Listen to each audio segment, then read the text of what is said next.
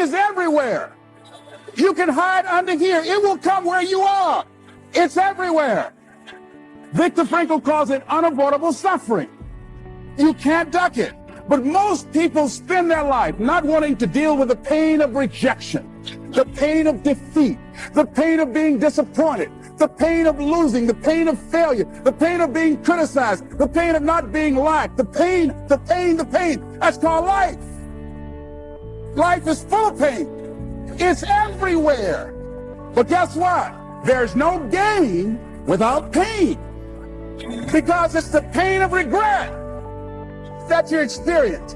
If I had it to do over again, that's a pain. Don't you know that's something? When you know, I was in a seminar once and this lady stood up. If I had my life to live over again, she talked about all of the things that she would do. And you can feel the pain of regret in her voice. The pain of regret. She still experienced pain. She was trying not to experience the pain of defeat, the pain of disappointment, the pain of loss, the pain of lack of support. And she still experienced pain. It was right there. We can't get around it. Most people are governed by their habits, their fears, and the opinions of others. A lot of people never try anything differently because they have been convinced by people in their lives that they value that they can't do it. They're living within the context of the opinions that other people have of them, the low expectations. Many people doubt themselves because when they thought about doing something at some critical point in their lives, somebody they respected and honored, somebody they believed in, somebody that they loved, someone they trusted said, you can't do that. And they accepted that. He says, courage isn't for somebody else, for medals, applause, or moral debts. Courage is what at that moment feels most right for you. Not just situational ethics, but what feels right in your heart, the word of the heart, what feels right in your heart. One great philosopher says, cowards die many times before their deaths. The valiant never taste of death but once. What does that mean? The valiant people aren't afraid? No. It means that they experience that fear and they move forward. They move forward anyhow. Many people are dead now. Many people are allowing their dreams to die. Many people are allowing the ideas to lie dormant and collect dust. Many people have all this talent and ability that they are allowing to be buried inside of them, that they will take with them to their graves because they didn't have the courage to be who they are. And I say, as you begin to look toward the future and manifesting your greatness, it's going to take everything in you, that your life deserves the concentrated effort to begin to look at how is it that I can express more of me? How is it that I can bring my ideas out here now? How is it? And start living with a sense of urgency, because you're here today, you're gone today. Life is unpredictable. It's uncertain. There are no guarantees. No guarantees out here at all. So holding back, what are you waiting on? Ask yourself, what's the benefit of your waiting? What's the benefit of your not living your dream? What's the benefit of not listening to yourself? Oh, please, listen to yourself. You know the feelings. If you start listening to the feelings in your heart, and I'm doing it now more every day, I find that my feelings, I can trust them. In what you've done with your life thus far, is it giving you what you want? Is it giving you what you want? When you look toward the future, when you look at all that's going on out here, is there some place within yourself you say, hey, I know I need to be out there in that arena. I know I can do more than what I've been doing. I know there's some great music that I have within me that I haven't brought out here yet. Is that something that you begin to look at within yourself? See, I say if you look at your life, and if you're not getting what you want, you owe it to yourself to do something differently. If you're on a job, 85%, they say, of Americans go to jobs that they're unhappy. If you're doing something 8 hours a day, that you don't like, it's not giving you what you want, it's not giving you a strong feeling of satisfaction and fulfillment, you're miserable, you hate to go there, you're depressed just thinking about it, you're saying the thank God it's Friday song every week, if that's what it is, you owe it to yourself to start strategically working to change directions. See, but you know what most people will do? Most people will resist change. Most people will fight change as if change would be worse than what they're experiencing. See, they know this. They're familiar with this. Most people will not challenge the unknown. They won't just step out there. See, there's certain things that's got to be in place. They got to see it all together. And life isn't like that. That's not how you grow.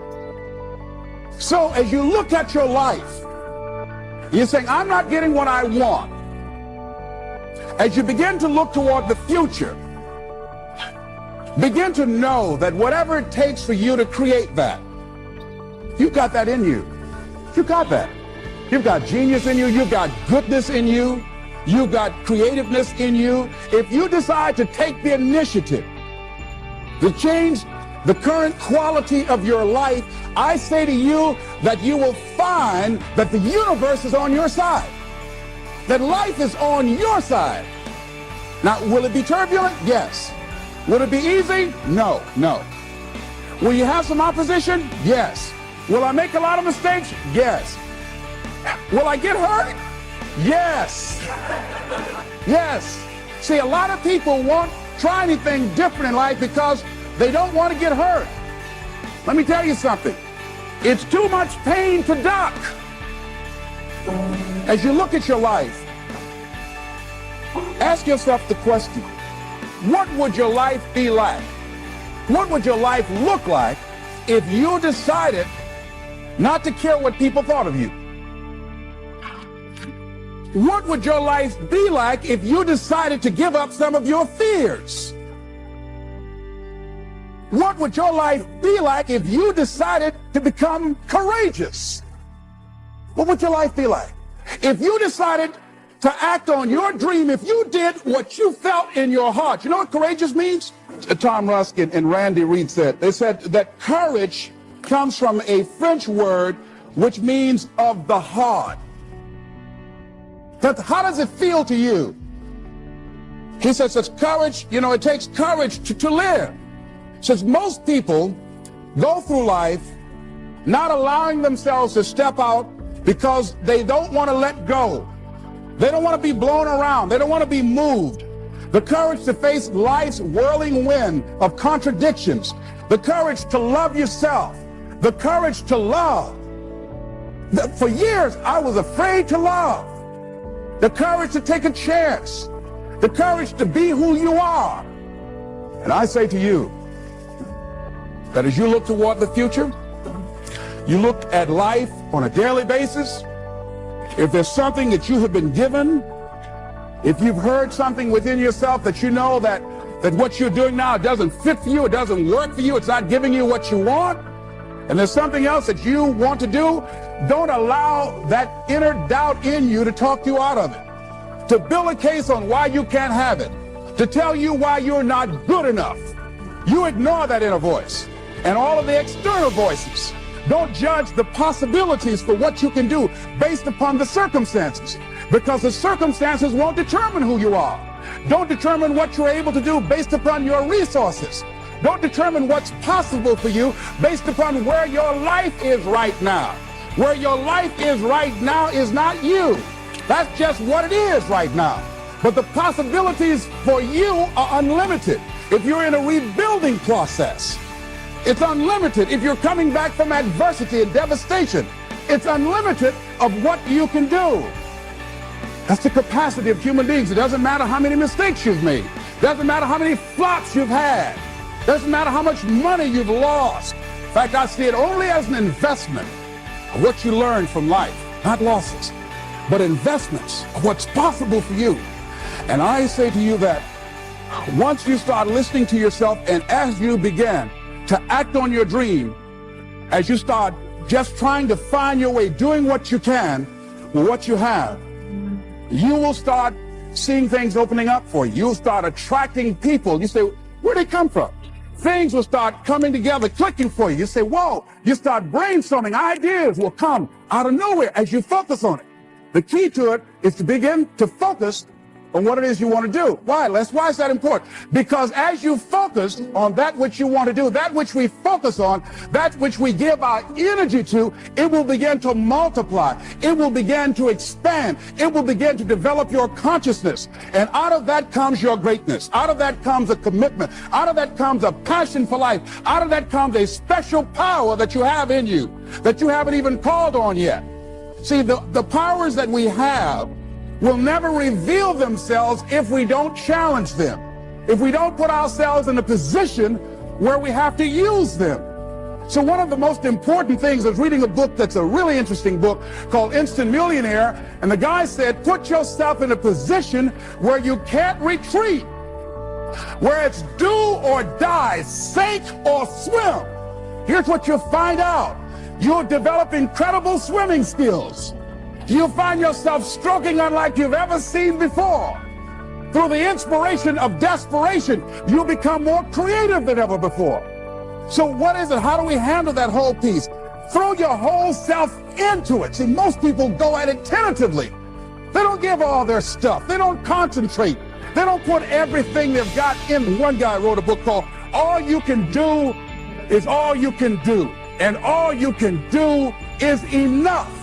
But he said, make sure you do all you can do. And if we're honest this evening, we know that we haven't done all we can do. So as we look at the future, we can decide that from this day forward, as I look at my personal relationships, if I look at my professional relationships, if I look at my family relationships, if I look at all the dimensions of my life, looking at myself mentally, emotionally, and spiritually, I'm going to do all I can do to develop me, to bring my talent out here, to make a contribution to life.